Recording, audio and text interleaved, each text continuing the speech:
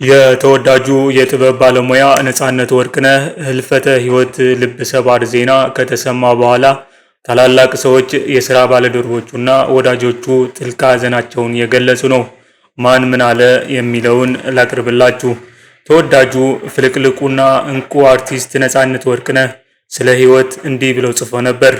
መጥፎ ዜና ሁሉም ነገር ጊዜያዊ ነው፣ መልካም ዜና ሁሉም ነገር ጊዜያዊ ነው በማለት ሁላችንም ለጥቂት ጊዜ ታይቶ እንደሚጠፋ እንፋሎት መሆናችንን ነግሮን ነበር።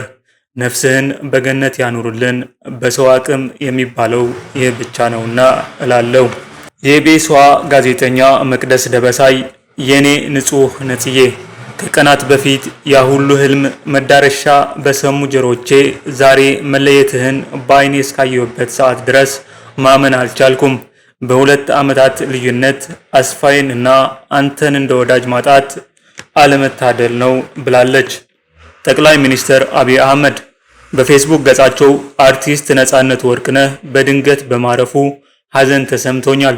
ነፃነት በተለይም በህዳሴ ግድብ በተዘጋጀው የ2016 አዲስ ዓመት የመቀበያ ፕሮግራም የነበረው አስተዋጽኦ ሁሌም አስታውሰዋለሁ። ሁላችንም አዲሱን ዓመት በደስታ እንድንቀበል አድርጎን ነበር። ለቤተሰቦቹና ለአድናቂዎቹ መጽናናት እመኛለሁ ብለዋል። ሰይፉ በኢቢኤስ ተወዳጅ አርቲስት ነፃነት ወርቅነህ ከዚህ ዓለም በሞት ተለየ። ተወዳጁ የኪነ ጥበብ ባለሙያ ነፃነት ወርቅነህ ከዚህ ዓለም በሞት ተለየ። በፊልምና ቲያትር ተዋናይነት፣ በቴሌቪዥን ፕሮግራም አቅራቢነትና በሌሎች የጥበብ ስራዎች ውስጥ ስመጥርና ተወዳጅ ከሆኑ የጥበብ ሰዎች አንዱ የሆነው ነፃነት ወርቅነህ ባደረበት ህመም በድንገት ህይወት ማለፉ ነው የተገለጸው ይላል። ለበርካታ ዓመታት በኢቢኤስ ቴሌቪዥን የሚተላለፈውን የቤተሰብ ጨዋታ ፕሮግራም አዘጋጅና አቅራቢ የሆነው ነፃነት ወርቅነህ ባለትዳርና የሶስት ልጆች አባት እንደነበር ይታወቃል። ሰይፉ ኦን ኢቢኤስ በተወዳጁ የኪነ ጥበብ ባለሙያ የነፃነት ወርቅነህ ህልፈት የተሰማውን ሐዘን ይገልጻል። ለቤተሰቦቹና ለወዳጆቹ መጽናናት እንመኛለን ይላል። ነፃነት ወርቅነህ እንዲህ ብሎ ለጥፎ ነበር። ሁሉም ነገር ጊዜያዊ ነው፣ ሞት ግን ሁሌም አዲስ ነው መሰለኝ። አይለመድም። በጣም ነው የደነገጥኩት፣ ያዘንኩት፣ ማለትም ተገረምኩ እኮ። እንዴት ሊሞት ቻለ? እኔን ብዙ ስለሚያስቀኝ ወይም የምወደው አርቲስት ስለሆነ የማይሞት ነበር እንደ የሚመስለኝ ወይስ ስለማውቀው ነው? በጣም ታሞ ነበር። በተለይ ወደ መጨረሻ አካባቢ ህመሙ ሰውነቱን ሙሉ ለሙሉ ቀይሮት፣ ህመሙ ሰውነቱ ላይ የፊት ገጽታው ላይ በደንብ እስኪታወቅ ድረስ። እሱ ግን ደህና ነኝ ነው የሚለው። ሁልጊዜ ደህና ነኝ አትጨነቁ ነበር የሚለው። ከዚህ በፊት ከአንድም ሁለት ጊዜ ለሕክምና ወደ ውጭ ሀገር ተጉዟል። በነገራችን ላይ ልክ እንደ ነፃነት ወርቅነህ ከዚህ በፊት አንድ ጓደኛዬን ሄፓታይተስ ቢ በተሰኘ የጉበት በሽታ ታሞ ነበር። ህመሙ መድኃኒት የለውም። በጣም ከባድ በሽታ ነው። ይህ ሄፓታይተስ ቢ የተሰኘው በሽታ ትሪት ካልተደረገ ወደ ጉበት ካንሰር ወይም ወደ ሊቨር ፌይለር ሊያመራ የሚችልበት አጋጣሚ እጅግ ሰፊ ነው። ታዲያ የምወደውና የማደንቀው የፊልም ተዋናይ፣ ደራሲ እንዲሁም ዳይሬክተር፣ የቴሌቪዥን ሆስት ነፃነት ወርቅነህ በዚህ ህመም ከተያዘ ቆይቶ ነበር።